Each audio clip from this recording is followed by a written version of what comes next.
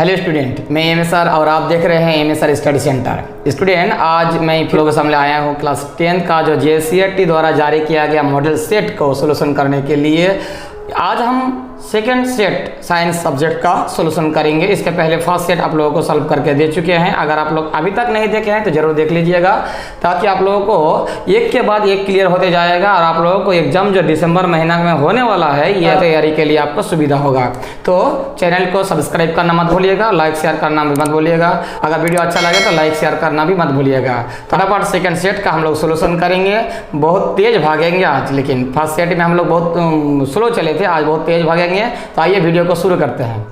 तो पहले सेट में कुछ नियमावली के बारे में हम बताए थे कि क्या क्या है, कितना टाइम मिलेगा, 40 क्वेश्चन का 1.5 घंटा टाइम मिलेगा। वो सब में हम नहीं जाते हैं आज, क्योंकि वो फर्स्ट पार्ट में हम बता चुके हैं कि नेगेटिव मार्किंग नहीं रहेगा, याद रखिएगा। और किसी भी आंसर आपको कन्फ्यूजन है तो जरूर उसमें भी टिक लगा दीजिएगा, यानी उसमें भी इंडिकेट कर दीजिएगा, गोल कर दीजिएगा OMR शीट में। तो आइए आज का जो पहला क्वेश्चन है, इसमें पूछा गया है कि यदि किसी अवतल दर्पण की फोकस दूरी F तथा वक्रता त्रिज्या R है, यानी F बराबर क्या होता है R/2।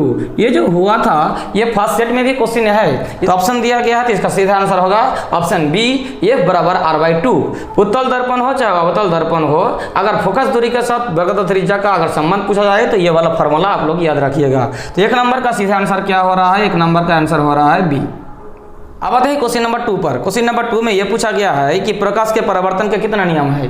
परावर्तन पूछे चाहे अपवर्तन पूछे, नियम हमेशा 2 है, प्रकाश के परावर्तन का भी अपवर्तन का भी। तो इसका सही आंसर क्या है, इसका सही आंसर है नंबर ऑप्शन बी 2।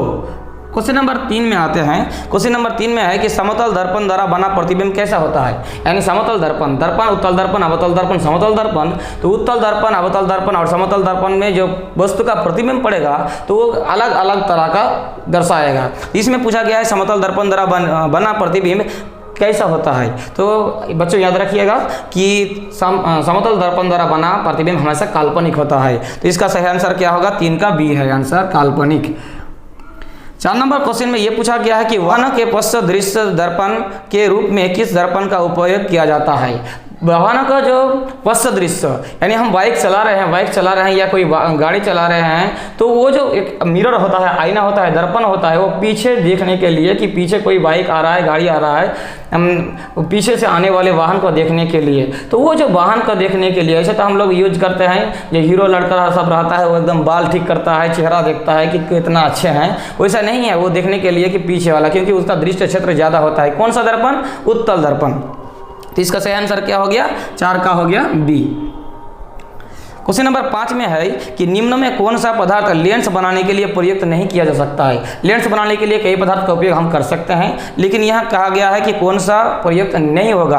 अब जो जल, कांच, प्लास्टिक, मिट्टी, तो मिट्टी सीधी सी बात है, मिट्टी का उपयोग हम लेंस के रूप में नहीं कर सकते हैं। सही आंसर क्या हो गया, 5 का डी। क्वेश्चन नंबर 6, काल्पनिक प्रतिबिंब होता है, काल्पनिक दिया गया है सीधा उल्टा दोनों, इनमें से कोई नहीं। तो हम लोग जानेंगे कि आभासी या काल्पनिक जब भी बनेगा कोई प्रतिबिंब वो क्या होगा, सीधा होगा, हमेशा क्या होगा, सीधा होगा। और उल्टा क्या होगा, वास्तविक अगर होता है तो उल्टा होगा। तो इसका सही आंसर क्या होगा, ऑप्शन ए, सीधा।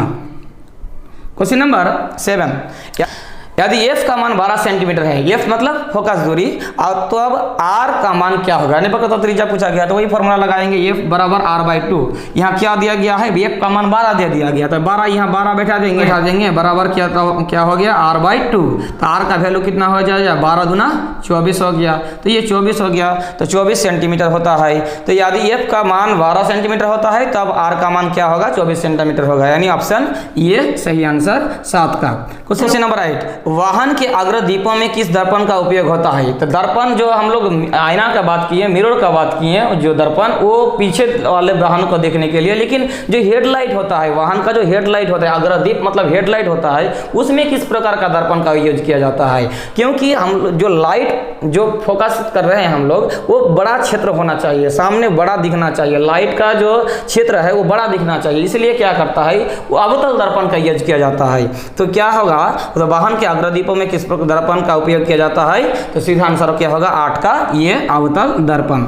9 नंबर क्वेश्चन में आते हैं। क्वेश्चन नंबर 9, अवतल लेंस के सामने रखी वस्तु प्रतिबिंब कैसा होता है। अवतल लेंस है और उसमें अगर प्रतिबिंब को रखते हैं उसके सामने, तो उससे जो बना प्रतिबिंब बनेगा, उस वस्तु का जो प्रतिबिंब बनेगा वो कैसा बनेगा, आभासी या सीधा, वास्तविक सीधा, काल्पनिक उल्टा, वास्तविक उल्टा।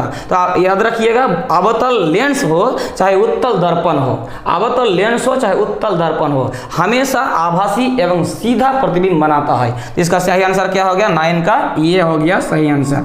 अब आते हैं question number 10 number question. Dioptre मात्रक है। डायप्टर जो है ये किसका मात्रक है, मतलब किसका इकाई है। तो लेंस की क्षमता का, लेंस की शक्ति का होता है। जैसे कोई चश्मा पहनते हैं तो उसमें क्या है कि उसका माप होता है, उसका एक पावर का जो नाप होता है 0.25 0.15 कुछ होता है, तो वो डायप्टर, उसका इकाई क्या है, डायप्टर है, उसका मात्रक क्या है, डायप्टर है। तो ये लेंस की शक्ति का मात्रक होता है डायप्टर। तो 10 नंबर का सही आंसर क्या है, सी है। अब आते हैं क्वेश्चन नंबर 11 यानी 11। 2D यानी 2 डायप्टर क्षमता वाले लेंस का फोकस अंतर क्या होगा, यानी क्या है फोकस अंतर मतलब फोकस दूरी। तो वो क्या हो गया, हम लोग जानते हैं F = 1/P, तो यहाँ लिखेंगे F बराबर 1/P। अब F = 1, P का मान क्या दिया है 2D मतलब डायप्टर, डायप्टर में क्षमता पावर, तो 2 बैठा देंगे। अब F बराबर कितना हो गया 0.5 आ गया। इसमें ये किस में आ गया, मीटर में, लेकिन यहाँ किस में पूछा गया, सेंटीमीटर के। तो सेंटीमीटर कर देंगे, इसको 100 से गुना कर देंगे, तो कितना हो गया 500 हो गया। एक 0 हटा दीजिए पॉइंट के लिए, तो कितना बच गया 50 सेंटीमीटर। तो ये हो गया 50 सेंटीमीटर। इसका सही आंसर क्या हो गया, 11 का D सही आंसर है, 11 का D 50 सेंटीमीटर। अब आते हैं क्वेश्चन नंबर 12। आँख के रंगीन भाग को क्या कहते हैं। ये सीधा सा क्वेश्चन है, ये अक्सर आता है और ये NCERT में एकदम उल्लेख है कि आँख के रंगीन भाग को क्या कहा जाता है, आइरिस कहा जाता है। इसका सही आंसर क्या हो गया, 12 का ये हो गया। क्वेश्चन नंबर 13 में आते हैं। क्वेश्चन नंबर 13 में यह पूछा गया है कि मानव नेत्र के जिस भाग पर वस्तु का प्रतिबिंब बनता है वो क्या है। तो मानव नेत्र जो है, हमारे जो आँख है उसमें नेत्र है, उसमें जो प्रतिबिंब पड़ता है, तो उसमें वस्तु का जो प्रतिबिंब बनता है वो कहाँ बनता है, वो रेटिना में बनता है। कहाँ बनता है, रेटिना में। लेकिन ऑप्शन में रेटिना दिखता नहीं है, तो रेटिना को दृष्टिपटल भी कहा जाता है, दृष्टिपटल। तो इसका 13 का आंसर क्या हो जाएगा, डी हो जाएगा। 13 का आंसर क्या हो गया, डी हो गया, दृष्टिपटल। क्वेश्चन नंबर 14 में ये दिया गया है, दिए गए समीकरण में कौन सी रासायनिक अभिक्रिया हो रही है। रासायनिक समीकरण क्या दिया गया है कि 2NaHCO3, तो यह दिया है सोडियम बाइकार्बोनेट, और उसको जोड़ दिया गया है NaCO3 Na2CO3 सोडियम कार्बोनेट। इसके बाद जल और कार्बन डाइऑक्साइड में क्या किया गया है, डिवाइड किया गया है। तो ये जो बना है, ये जो एक पदार्थ है, इसको टुकड़ों टुकड़ों में बांट दिया गया है। इसमें टूट रहा है, इसमें क्या हो रहा है, जो अभिकारक से उत्पन्न बन रहा है, इसमें सिर्फ टूट रहा है, जुड़ नहीं रहा है। तो इसमें क्या हो रहा है, वियोजन हो रहा है। तो 14 का सही आंसर क्या हो जाएगा, बी हो जाएगा 14 का सही आंसर। 15 नंबर में क्वेश्चन में आते हैं कि निम्नलिखित में कौन रासायनिक अभिक्रिया संतुलित है।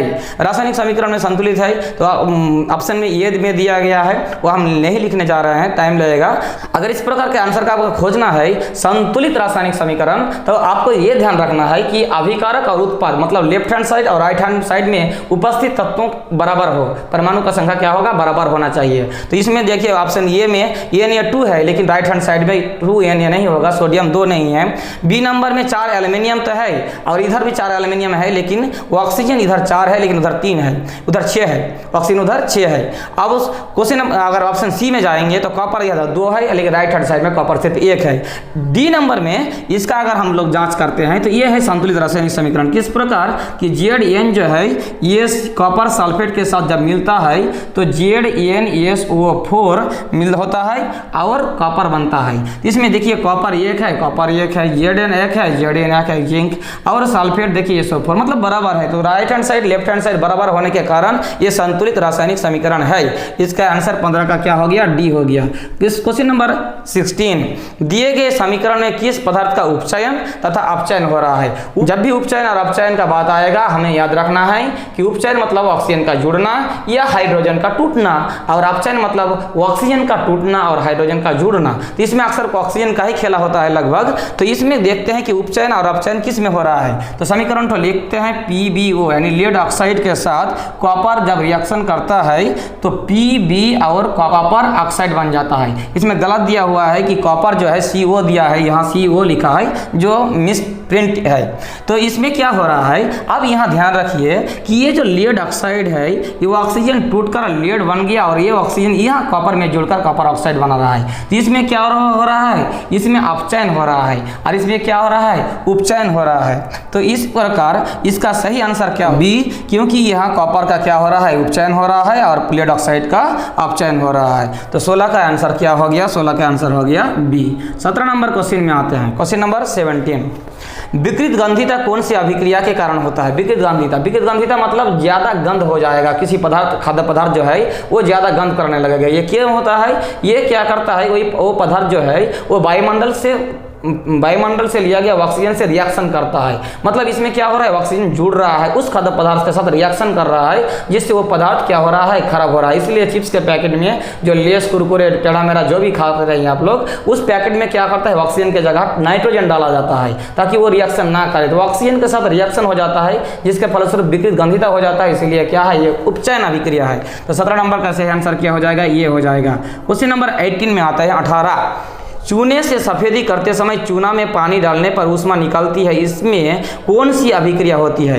चूने ऊष्मा निकलती है, ये पॉइंट याद रखिएगा, ऊष्मा निकलती है मतलब ऊष्मा छेपी। अब ऊष्मा छेपी ए में भी है, सी में भी है। अब ए और सी तो दोनों एकदम सेम टू सेम ऑप्शन दे दिया है, जो गलत है, मिसप्रिंट इसमें भी है। तो आप जानते हैं कि ये वियोजन है कि संयोजन है। ऊष्मा छेपी तो क्लियर है कि ऊष्मा निकलती है।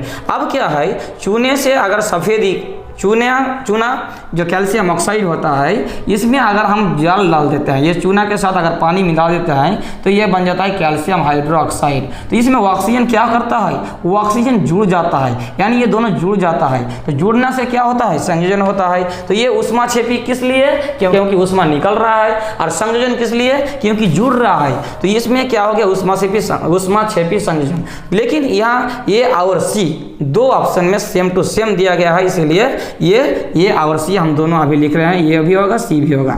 19 नंबर का क्वेश्चन में आते हैं, क्वेश्चन नंबर 19। लोहे की कील को कॉपर सल्फेट के विलयन में डालने पर कॉपर सल्फेट के विलयन का नीला रंग धूसर हो जाता है, इस प्रक्रिया में कौन सी अभिक्रिया हो रही है। तो अब लिख लेते हैं इसका फॉर्मूला।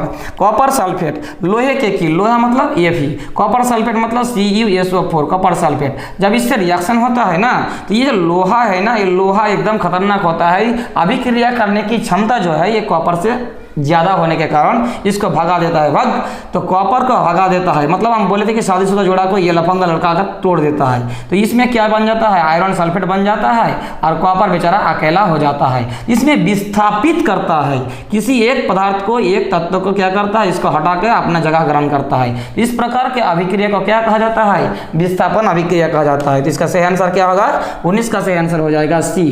अब आते हैं क्वेश्चन नंबर 20 में।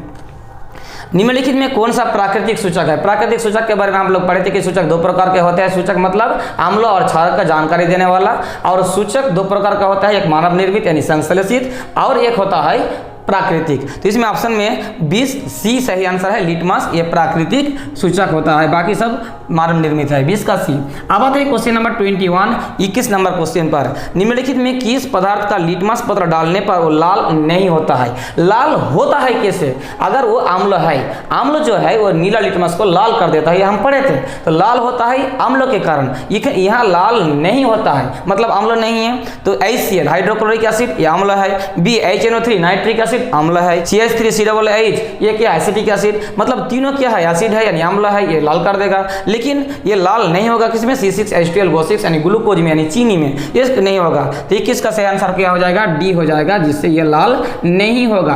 क्वेश्चन नंबर 22, 22 में आते हैं। दिए गए किस लवण में क्रिस्टलीकरण की जल मौजूद है। इसमें क्या है, जल है। तो जल मतलब H2O। देखिए चारों ऑप्शन में सी नंबर में क्या है, कॉपर सल्फेट के साथ 5 अणु जल दिया गया है, यानी इस सही आंसर हो जाएगा 22 का सी। क्वेश्चन नंबर 23 में आता है, 23 में यह पूछा गया है, अग्निशामक यंत्र में किस लवण का प्रयोग किया जाता है। अग्निशामक जो है जो अग्नि को निभाना जो होता है, अग्नि को बुझाना यानी आग को बुझाना का जो जिसमें नमक का प्रयोग करता है, ये होता है सोडियम बाइकार्बोनेट, यानी 23 नंबर का सही आंसर हो जाएगा ये। 24 नंबर में आते हैं। जल की अनुपस्थिति में हाइड्रोक्लोरिक अम्ल अपना अम्लीय गुण प्रदर्शित नहीं करता है। कोई अम्ल जब जल की उपस्थिति में अम्लीय गुण प्रदर्शित नहीं करता है, मतलब उसमें जो H+ आयन बनेगा तो ही अम्ल गुण प्रदर्शित होगा। तो इसमें सही आंसर क्या हो गया, उसमें H+ आयन उपस्थित नहीं रहता है। किसमें? 24 का आंसर बी हो जाएगा। अब आते हैं क्वेश्चन नंबर 25 यानी 25 नंबर। पदार्थ ABCD, ए दिया है, बी दिया है, सी दिया है, डी दिया है और उस चारों का क्या दिया है, pH मान दिया है। क्या क्या? 2, 7, 10, 14 है। ये पदार्थ में कौन अम्ल है? अम्ल कौन सा होता है? अम्ल का pH मान कितना होता है? 7 से कम होता है। 7 से ज्यादा हो जाएगा तो क्षारक हो जाएगा और 7 होगा तो उदासीन है। तो इसमें सही आंसर क्या? 2 जिसका pH मान है वो अम्ल है। तो ये का वैल्यू इसमें 2 दिया गया है, यानी सही आंसर हो जाएगा 25 का ये। क्वेश्चन नंबर 26, इसमें इस चित्र में कौन सी अभिक्रिया हो रही है? एक चित्र दिया रखा है, देखिए इस चित्र में है क्या है कि एक डिस्क लिया गया है और उसमें उस डिस्क में एक्चुअली सिल्वर ब्रोमाइड रखा गया है यानी AgBr, और वो दिखा रहा है कि कौन सा अभिक्रिया होता है। तो ये प्रकाश के द्वारा लाइट दिखा रहा है इस चित्र में, और लाइट के द्वारा इसमें क्या हो रहा है, वियोजन अभिक्रिया हो रहा है। AgBr जो है, AgBr यानी सिल्वर ब्रोमाइड जो है, इसमें AgBr जो है ये Ag+Br में टूट रहा है। तो ये जो टूट रहा है तो इसमें क्या होगा, वियोजन अभिक्रिया होगा। ये प्रकाश की उपस्थिति में होता है। तो ये 26 का आंसर सही आंसर क्या हो जाएगा, बी हो जाएगा।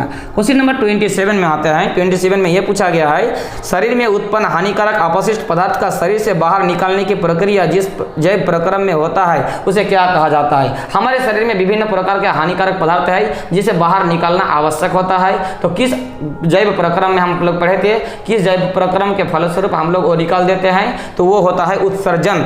तो उत्सर्जन के द्वारा हम लोग वो निकाल देते हैं। 27 का सही आंसर हो जाएगा अब सी।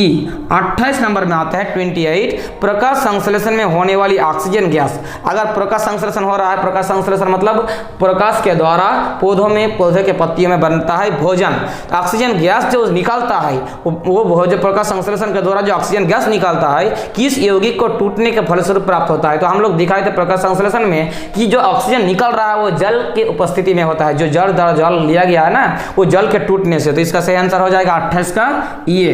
क्वेश्चन नंबर 29 में आता है 29 नंबर में, अमीबा किस प्रकार का पोषण होता है? हम लोग जानते हैं अमीबा एक विषमपोषी पोषण करने वाला जीव है और इसमें क्या होता है, प्राणी संपोषण या प्राणी संभोजी पोषण होता है। इसका सही आंसर क्या हो जाएगा, 29 नंबर का डी हो जाएगा सही आंसर। अब आते हैं क्वेश्चन नंबर 30। अब क्वेश्चन नंबर 30 में आते हैं, लार में कौन एंजाइम पाया जाता है? लार में पाया जाता है टायलिन एंजाइम। हमारे लार जो थूक होता है जो मुंह में होता है, इसमें पाया जाता है टायलिन नामक एंजाइम। तो 30 का सही आंसर हो जाएगा ये। क्वेश्चन नंबर 31, श्वसन प्रक्रिया में पाइरूवेट का कार्बन डाइऑक्साइड जल तत्व और ऊर्जा में विखंडन कहाँ होता है? यहाँ कहा गया है वायवीय या अवयवी नहीं, यहाँ पाइरूवेट का टूटना। तो इसमें क्या हो जाएगा, ये कहाँ टूटता है, कहाँ विखंडन होता है? कोशिका द्रव में होता है। तो 31 का सही आंसर क्या हो जाएगा, ये हो जाएगा 32। क्वेश्चन नंबर 32 में पूछा गया है कि पौधों में जल तथा खनिज लवण का संवहन किसके द्वारा होता है? पौधों में वहन के लिए संवहन उत्तक होता है। जड़ द्वारा शोषित जल को पत्तियों तक पहुंचाता है जाइलेम, और पत्तियों में बना भोजन को कौन पहुंचाता है पौधे के पूरे शरीर में? फ्लोएम। तो इसमें खनिज लवण और जल को कौन पहुंचाता है? जाइलेम पहुंचाता है। तो ये क्या है, 32 का सही आंसर क्या हो जाएगा, ये हो जाएगा 32 का सही आंसर हो जाएगा ये जाइलेम के द्वारा। तो क्वेश्चन नंबर 33 में आते हैं। क्वेश्चन नंबर 33 में ये पूछा गया है कि किसी समष्टि अपना अस्तित्व बनाए रखने के लिए कौन प्रक्रिया आवश्यक है? जैसे मानव हुआ या कोई भी जीव हुआ, वो अपना जो जाति को बनाए रखता है, तो किस प्रक्रम द्वारा अपने जाति को बनाए रख सकता है? मतलब उत्तराधिकार जो रहता है उसमें कौन सा प्रक्रम के कारण वो बचा रहता है? तो इसका सही आंसर होगा सी। क्वेश्चन नंबर 34, दिया गया चित्र, एक चित्र दिया गया है वो स्पष्ट देखिए।